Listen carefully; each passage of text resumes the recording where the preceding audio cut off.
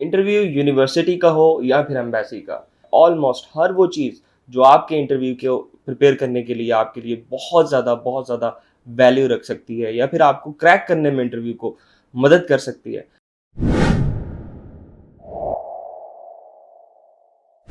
तो आज की इस वीडियो को कंटिन्यू करते हैं। मेरा नाम है नासिर रज़ा और मैं हूँ head of admissions at Edify group of companies. बगैर किसी वक्फे के अपनी वीडियो का आगाज़ करते हैं। आपका जो इंटरव्यू है वो सबसे पहले या तो यूनिवर्सिटी ले सकती है या फिर किसी भी लेटर स्टेज के ऊपर एम्बेसी ले सकती है और वो किसी भी यूनिवर्सिटी के लिए या किसी भी कंट्री के लिए हो सकता है। लेकिन एक इंटरव्यू के अंदर क्या चीज़ें पूछी जा सकती हैं, आपको अपने एंड पे क्या चीज़ें प्रिपेयर करनी है, उन सारी प्रिपरेशंस के बाद आप क्या एक्सपेक्ट कर सकते हैं इंटरव्यूअर के एंड से और किस तरीके से आपको उन सब क्वेश्चंस को रिस्पॉन्ड करना है और उनको तैयार आप किस तरीके से कर सकते हैं। आपको कोशिश करूँगा कि इस वीडियो से वो सारे आंसर्स मिल सकें। तो सबसे पहले आपको बताता चलूँ कि आपको एक बहुत ही अच्छा इंट्रोडक्शन प्रिपेयर करना होता है अपने मुतल्लिक कि कौन-सी ऐसी चीज़ें हैं आपके मुतल्लिक जो आप दूसरे इंटरव्यूअर को अपने एंड के ऊपर बताना चाहते हैं। आप चाहते हैं कि वो आपकी पर्सनैलिटी के बारे में जानें। तो मैं थोड़ा-थोड़ा कोशिश करता हूँ इन चीज़ों को साथ-साथ एक्सप्लेन करता रहूँ कि आपने क्या पढ़ा है, आप क्या पढ़ने जा रहे हैं, आपका जो डिसीज़न है वो किस कोर्स के लिए है, आपने अपने गैप ईयर्स में क्या किया है, आपका ये जो अचानक चेंज ऑफ प्लान्स हुआ है या फिर ये अचानक नहीं है और कंटिन्यूटी में है तो फिर ये क्यों हुआ है? और इन सारी चीज़ों के साथ आप अपनी एक डिज़ायर एट द एंड बता देते हैं कि इस कोर्स को लेने के बाद कि जो प्लान्स हैं मेरे वो क्या हैं, उसकी डिज़ायर की रीज़न क्या है, वो प्रमोशन है, वो जो भी है। और इस तरीके से आप एक बड़ा ही कंसाइज़ सा लेकिन एक हेल्दी इंटरव्यू जो है वो इंट्रोडक्शन की शक्ल में आंसर कर सकते हैं। तो ये बड़ा ही एक रीज़नेबल इंट्रोडक्शन रहेगा कि मैं क्या पढ़ा हूँ, क्या पढ़ने जा रहा हूँ, क्या गैप में किया है और इन सारी चीज़ों के साथ इंटरव्यूअर को एक सेंस मिल जाएगा कि ये जो एप्लीकेंट है ये एक जेन्युइन स्टूडेंट है। और इंट्रोडक्शन करने के बाद अगर हम इंट्रोडक्शन के अंदर मज़ीद अपने कुछ गोल्स के बारे में बात कर सकें कि क्या लाइफ में अचीव करना चाहता हूँ, तो वो भी आपका एक इंट्रोडक्शन है, वो आपके एस्पेक्ट्स हैं कि आप अपनी पर्सनैलिटी से क्या गेन करना चाहते हैं और उसके लिए आपको इसी रॉबस्ट किस्म के प्रोसेस से और एक फ़ॉरेन डिग्री की ज़रूरत रहेगी और ये भी आपके इंट्रोडक्शन में शामिल होगा। अगर आप इंट्रोडक्शन की बात कर लें तो इंटरव्यूअर अक्सर आपसे दूसरे क्वेश्चन के ऊपर अक्सर ये जानना चाहते हैं कि आप कौन-सा कोर्स ले रहे हैं, आप कौन-सी एजुकेशन को प्रोसीड करने के लिए अपनी इस इंटरव्यू के अंदर या फिर इस एप्लीकेशन के अंदर किस वजह से ये एप्लीकेशन दी है, वो कौन-सा कोर्स है, उस कोर्स की क्या सब्जेक्ट्स हैं, उसकी क्या सब्जेक्ट रैंकिंग है, उसकी रीज़न्स क्या हैं। लेट्स जस्ट से अगर किसी ने भी कोई मेडिकल का प्रोफ़ेशन में बैचलर्स 4 इयर्स किया है, वो कोई भी डिग्री हो सकती है, वो बायोमेडिकल साइंसेज़ हो सकती है, वो कोई भी डीपीटी हो सकता है, डॉक्टर ऑफ फिजियोथेरेपी हो सकता है, कुछ भी हो सकता है और अब वो मास्टर्स की डिग्री को प्रोसीड करना चाह रहा है। तो मास्टर्स की डिग्री को प्रोसीड करने के लिए आगे उससे पूछा जा सकता है कि आप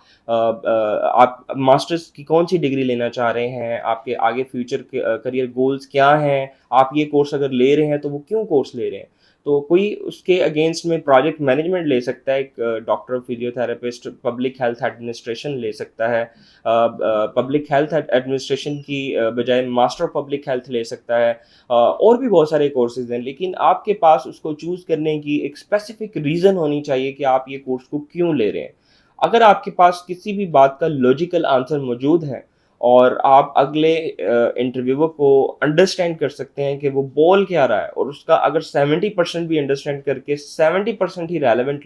आंसर अगर आप करने में कामयाब हो जाते हैं, तो आपका इंटरव्यू क्रैक्ड है। और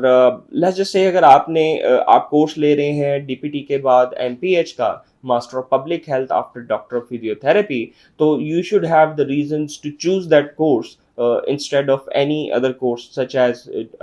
going for a master's in relevant advanced physiotherapy or any other relevant courses। तो आपके पास अगर वो रीजंस मौजूद हैं तो वो आपकी जो सिलेक्शन है वो वैलिडेट हो जाएगी। आपकी जो सिलेक्शन है वो ऐसे नहीं लगेगा कि आपको किसी और ने हेल्प किया है इस कोर्स को चूज़ करने के लिए। तो ये एक बहुत बेनिफिशियल एस्पेक्ट होगा आपका। आगे मूव करते हैं नेक्स्ट पॉइंट के ऊपर, और वो है आप कौन सी यूनिवर्सिटी को चूज़ कर रहे हैं। अगर आपने अपनी यूनिवर्सिटी को अपने किसी डेज़िग्नेटेड ऑफ़िसर या कंसल्टेंट या फिर लोकेशन की फ़िल्टर के साथ चूज़ किया है कि ये आपकी एंटिसिपेटेड अकोमोडेशन जो आपके पास वहाँ पे किसी दोस्त, किसी रिश्तेदार के लिहाज से मौजूद है, उसकी वजह से आपने यूनिवर्सिटी को चूज़ किया है, तो कोई भी रीज़न हो सकती है इसे चूज़ करने की। लेकिन आपने इंटरव्यूअर को ये नहीं कहना कि आपके जो रिश्तेदार हैं वो उस यूनिवर्सिटी के करीब रहते हैं, आपको रिहाइश में आसानी होगी। तो आप वो इंटरव्यूअर को ये कहकर अपनी यूनिवर्सिटी को चूज़ करने की रीज़न नहीं बता सकते। ये आपकी कन्वीनियंस की चीज़ें हैं। आप इंटरव्यूअर को जो चीज़ बताओगे वो ये होगी कि ये यूनिवर्सिटी में जो टीचर्स हैं उनका स्टूडेंट टू स्टाफ रेशियो जो है वो 11 है। That means one teacher is only giving teaching to 11 students, and this is a very good ratio. या फिर आप सब्जेक्ट रैंकिंग की बात करेंगे उस यूनिवर्सिटी की, आप ओवरऑल रैंकिंग की बात करेंगे, टाइम्स रैंकिंग की बात करेंगे, आप वर्ल्ड रैंकिंग की बात करेंगे, आप क्यूएस रैंकिंग की बात करेंगे। तो ये जो मैं रैंकिंग्स का नाम ले रहा हूँ, ये एक स्टूडेंट जो है वो इन रैंकिंग्स को बहुत अच्छे तरीके से जो है वो प्रोसीड करता है, इनके ऊपर अपनी रिसर्च करता है, और जब वो रीजंस देता है इंटरव्यू के अंदर इन सारी बातों को लेके, तो उसमें एक बहुत ज़्यादा आपका स्टूडेंट होने का अंदाज़ा होता है इंटरव्यूअर को कि ये अपनी रिसर्च करके आया है ये स्टूडेंट, और इसके पास रीजंस हैं इस यूनिवर्सिटी को चूज़ करने की। अगर आप बिल्फर्ड यूनाइटेड किंगडम जा रहे हैं, there are 144 universities approximately over there, and you are choosing one university and you don't have a reason to justify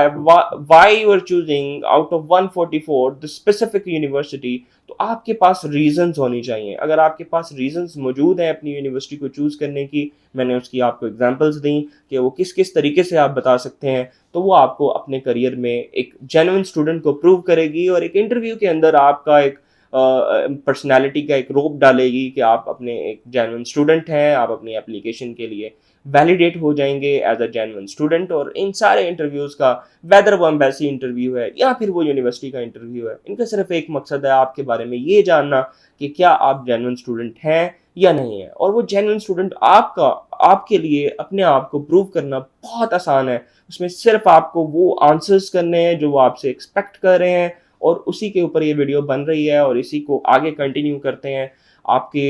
3 sections को मैं कंप्लीट कर चुका हूँ, रिपीट कर देता हूँ। आपने अपना एक बहुत अच्छा इंट्रोडक्शन करना है। आप जो भी कोर्स चूज़ कर रहे हो उसके आपके पास रीजंस होना चाहिए, उसके आपके पास नॉलेज होना चाहिए, उसकी आपके पास सब्जेक्ट्स का कौन कौन से सब्जेक्ट्स उस कोर्स में आप पढ़ने जा रहे हैं ये आपको पता होना चाहिए। अगर आपके पास ये इन्फॉर्मेशन मौजूद है तो आप जो यूनिवर्सिटी चूज़ कर रहे हैं, आपको वो भी मालूम होना चाहिए कि आप कौन सी यूनिवर्सिटी को चूज़ कर रहे हैं। इसके साथ ही साथ आपके पास कुछ मज़ीद ऑप्शंस होनी चाहिए कि अगर आप बाहर की यूनिवर्सिटी में प्रोसीड कर रहे हैं और आप इंटरव्यू दे रहे हैं, तो इंटरव्यूअर आपसे पूछ सकता है कि what is the reason why you are not continuing your education from Pakistan, and there are many relevant courses available in Pakistan that you are going to take from abroad, that is going to cost a lot more as compared to what it is going to cost in Pakistan। तो ये एक बड़ा valid question है, और बच्चे अक्सर इसे answer करने में बहुत ही जेनेरिक किस्म के आंसर्स करते हैं। इसी के साथ आपको बताता चलूँ कि हमारे प्लेटफॉर्म से, एडिफाई के प्लेटफॉर्म से, हमारा एक डेजिग्नेटेड डिपार्टमेंट है इंटरव्यू का, और इंटरव्यू के डिपार्टमेंट में we make sure of it that all these technical aspects of a student's profile are confirmed and checked out with the student, और उस पर हम एक प्रॉपर गाइडेंस भी प्रोवाइड करते हैं। लेकिन इस वीडियो को बताने का मकसद ये है कि जेनेरिक जितने भी पॉइंट्स या क्वेश्चंस एक आम स्टूडेंट से एक इंटरव्यूअर पूछ सकता है, चाहे वो स्टूडेंट वीज़ा एप्लीकेशन है, चाहे वो यूनिवर्सिटी की एप्लीकेशन है, तो हम उसको कवर कर सकें। अगर मैं मज़ीद अपनी वीडियो को आगे चलाऊँ तो उसमें जो फोर्थ पॉइंट आता है वो आपके लिए, आप why not your own country है, आप अपनी कंट्री में क्यों नहीं पढ़ रहे, आप अपनी कंट्री को छोड़ के बाहर क्यों जा रहे हैं। अगर मज़ीद इसे एक्सटेंड करूँ तो अगर आप कोई स्पेसिफिक कंट्री चूज़ कर रहे हैं, लेट्स जस्ट से वो यूके है, या फिर वो कनाडा है, या फिर वो ऑस्ट्रेलिया है, तो आप उस कंट्री को क्यों चूज़ कर रहे हैं। आपने अपनी कंट्री चूज़ ना करने की वजह तो दे दी है कि यहाँ पे एजुकेशन ऑब्सोलीट है, यहाँ पे जो क्रैमिंग सिस्टम है, यहाँ पे जो कोर्सेज हैं वो एम्प्लॉयर की डिमांड के मुताबिक डिज़ाइन नहीं है, उसमें कोई अपग्रेडेशन नहीं है। इन सारी चीज़ों के साथ ही साथ आप मज़ीद बताते हैं कि इनकी रैंकिंग अच्छी नहीं है, ओवरऑल वर्ल्ड रिकग्निशन नहीं है डिग्रीज़ की। लेकिन जब आप कोई बाहर की यूनिवर्सिटी को, किसी दूसरी कंट्री को चूज़ करते हैं, तो उस कंट्री को चूज़ करने के भी आपको रीज़न्स पता होने चाहिए। लेट्स जस्ट से अगर आप ऑस्ट्रेलिया को चूज़ कर रहे हैं, तो आपने ऑस्ट्रेलिया का भी कंपैरिजन अपने माइंड में सोचना है कि वो ऑस्ट्रेलिया का जो कंपैरिजन है वो आपने कनाडा के साथ किया, वो आपने यूएसए के साथ किया। तो आपके पास रीजंस होने चाहिए कि आपने ऑस्ट्रेलिया को यूएसए के अगेंस्ट, या फिर उसके अगेंस्ट न्यूजीलैंड के अगेंस्ट, या फिर मल्टीपल अदर कंट्रीज जो 2 से 3 हो सकती हैं उनके साथ कंपेयर करना है, और एक रीज़न को जस्टिफाइबल आंसर देना है कि क्यों आप ये ऑप्शन अवेल कर रहे हैं बाकी सारी ऑप्शंस को निगलेक्ट करके, या फिर उनको इग्नोर करके, या फिर उनको बायपास करके। क्या रीज़न रही है? तो उन सारी चीज़ों को आप एक अच्छे तरीके से आंसर करेंगे। वंस इट्स डन, अगर आप आंसर कर चुके हैं तो फिर आपके लिए मज़ीद चीज़ें बहुत आसान और कम रह जाएंगी। अगर आपने यूनिवर्सिटी को अपनी यूनिवर्सिटी की कंट्री को एक्सप्लेन कर दी है, वो रीज़न हो सकती है कि लेट्स जस्ट से मैं यूएसए इसलिए नहीं जाना चाहता, वहाँ पे या वहाँ पे डिस्क्रिमिनेशन है, रिलीजियस डिस्क्रिमिनेशन है, वहाँ पे सिक्योरिटी इश्यूज हैं, वहाँ पे इम्पेशेंट सोसाइटी है, वहाँ पे जजमेंटल थॉट्स हैं अबाउट मुस्लिम कम्युनिटी, या फिर जो जो भी कम्युनिटी से आप बिलोंग करते हैं, या फिर कुछ भी हो सकता है, कुछ भी ऐसा जो आपको रीजनेबल लगता है, जो आपके गोल्स के साथ अलाइंड है या नहीं है, या जो भी चीज़ आप बेहतर समझते हैं, उसके ऊपर एक प्रॉपर रिसर्च कीजिएगा और उसके बाद अपने आंसर को फिट इन कीजिएगा। इंटरव्यू समटाइम्स 1 घंटे तक भी प्रोसीड हो जाता है और 15 मिनट में भी फ्री हो जाता है। तो इस वीडियो में आपको मैं मैक्सिमम लेवल के ऊपर इंटरटेन कर रहा हूँ कि आपको जेनेरिकली हर वो चीज़, हर वो एस्पेक्ट का पता हो जो भी आपसे इंटरव्यू में पूछी जा सकती है। इंटरव्यू के ज़्यादातर पॉइंट्स मैं क्लियर कर चुका हूँ। एक फाइनेंशियल एस्पेक्ट है कि आपका जो स्पॉन्सर है वो क्या कैपेसिटी रखता है। बहुत सारे स्टूडेंट्स जो हैं वो लाखों रुपया लगा के बाहर जा रहे होते हैं, लेकिन उनको ये नहीं मालूम होता कि उनके जो स्पॉन्सर हैं, जो कि उनके पेरेंट्स हैं, उनके अगर दूसरी किसी यूएसए की बात करें, वहाँ पे तो कोई भी स्पॉन्सर हो सकता है। तो वो स्पॉन्सर जो है वो किस एस्पेक्ट में आपको हेल्प कर रहा है, वो क्या फाइनेंशियल एड आपको दे रहा है, और वो स्पॉन्सर आपके अगर पेरेंट्स हैं तो उनके जो अर्निंग के पॉइंट्स हैं, उनके जो चेक पॉइंट्स हैं, वो किसी सैलरी से इनकम जनरेट कर रहे हैं, वो किसी कारोबार से इनकम जनरेट कर रहे हैं। अगर वो कारोबार से कर रहे हैं तो वो क्या कर रहे हैं। एक इंटरव्यू को बहुत ही आसान अल्फाज में सिर्फ ये जानना होता है कि जो भी आपको स्पॉन्सर कर रहा है, अगर आप अपने आप को खुद स्पॉन्सर कर रहे हैं तो आपकी कैपेसिटी क्या है। अगर आप अपने आप को स्पॉन्सर करते हैं, यहाँ पे कोई बिजनेस है, तो उस बिजनेस के ऊपर क्या असरात पड़ेंगे आपके बाहर जाने के ऊपर, वो बिजनेस खत्म तो नहीं हो जाएगा, और आप इस तरह का एक इलॉजिकल डिसीजन लेते हुए इंटरव्यूअर को कैसे लगेंगे। तो ये सारी चीज़ें इंटरव्यूअर को जानना होती हैं कि आपके स्पॉन्सर की कैपेसिटी क्या है। आपने किसी भी तरीके से अपने स्पॉन्सर की कैपेसिटी को प्रूव करना होता है, और वो कैपेसिटी जब आप पाउंड्स में, पाउंड्स टू कन्वर्ट पीकेआर, अपनी करेंसी में, वो पीकेआर हो सकता है, वो कोई भी और करेंसी हो सकती है, इंडियन रुपीज़ हो सकता है, वो कुछ भी हो सकता है, लेकिन आपको कन्वर्ट करना आना चाहिए ताकि इंटरव्यूअर को लगे कि आपको बहुत अच्छे तरीके से इस बात का अंदाज़ा है कि आपकी करेंसी कन्वर्ट होके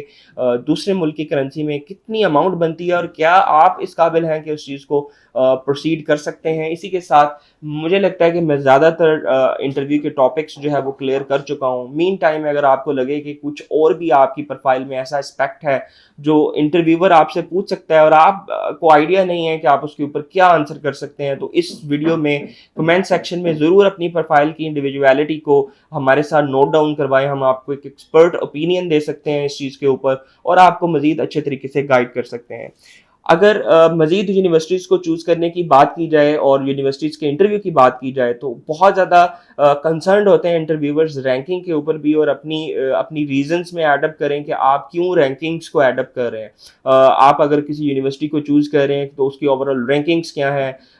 ये भी आपको डिसीजन लेने में आसानी करती है किसी खास यूनिवर्सिटी के कोर्स को लेने के लिए, या फिर किसी खास यूनिवर्सिटी को चूज़ करने के लिए, या फिर किसी खास मुल्क की यूनिवर्सिटी को चूज़ करने के लिए। तो इन तीनों एस्पेक्ट्स में रैंकिंग्स आपको हेल्प आउट करेंगी, और बड़ा एक लॉजिकल और एक जेन्युइन स्टूडेंट वाला आंसर आप देने में कामयाब हो सकेंगे। अगर मज़ीद मैं कुछ देखूँ तो आपके अगर डिपेंडेंट्स हैं और अगर यूनिवर्सिटी उसके ऊपर क्वेश्चन करती है तो उसका आंसर करने का तरीका मुख्तलिफ हो सकता है। एम्बेसी अगर आपसे पूछती है तो वो मुख्तलिफ हो सकता है। तो इस सारे सिनेरियो में आपको आंसर करने के लिए अपने केस की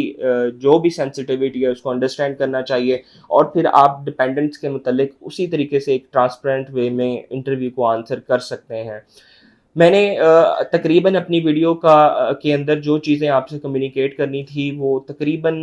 99% कम्युनिकेट कर दी हैं। वो सारे एस्पेक्ट्स को आपको बता दिया है, लेकिन एक प्रो